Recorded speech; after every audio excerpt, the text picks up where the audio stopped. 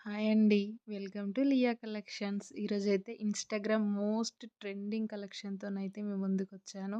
చాలా బావుంది. మంచి స్పేస్ సిల్క్ ఫ్యాబ్రిక్‌లో అయితే వచ్చేస్తుందండి. శారీకి కింద ఇక్కడ మంచిగా కట్ వర్క్ లాగా వస్తుంది. ఫినిషింగ్ అయితే చాలా బావుంది.